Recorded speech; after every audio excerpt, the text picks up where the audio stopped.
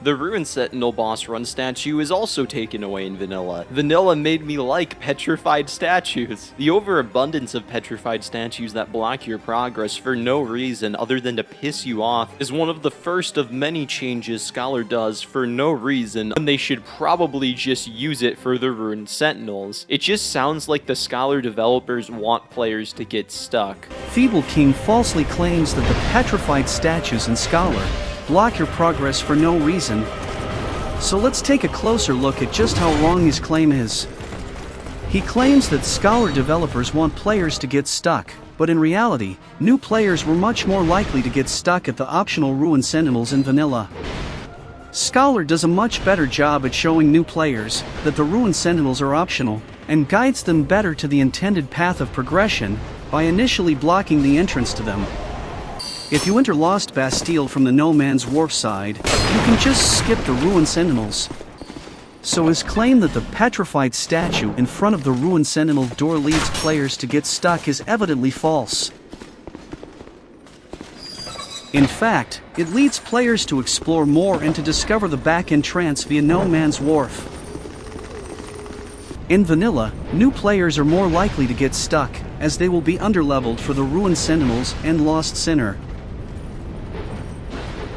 And if they do manage to beat those two bosses, they will be overleveled for No Man's Wharf.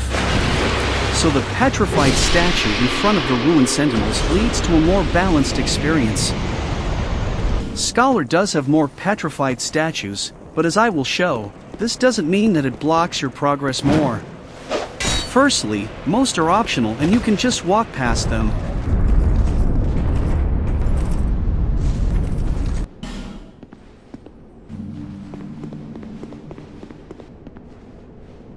And some are just in front of chests, which obviously do not block your progress.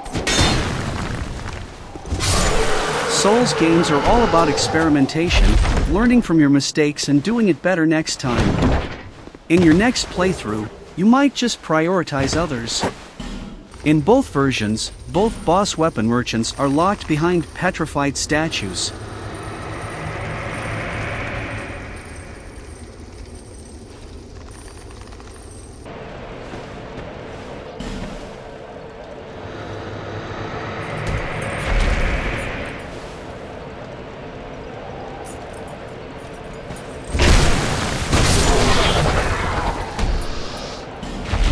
The one statue you really need to unpetrify is Rosabeth, which gives you access to pyromancies, shaded woods, and lots of equipment that's useful early on.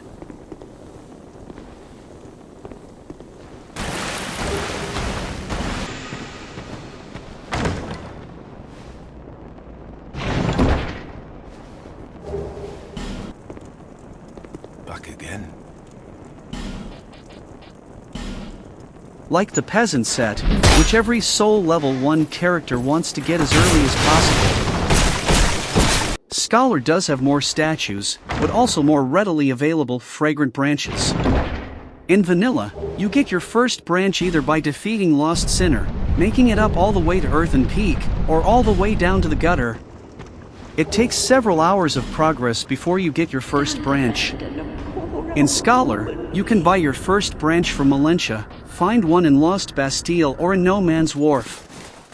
This means that Scholar actually blocks your progress less than Vanilla does, as you can access Shaded Woods way earlier. You have more freedom of progression in Scholar.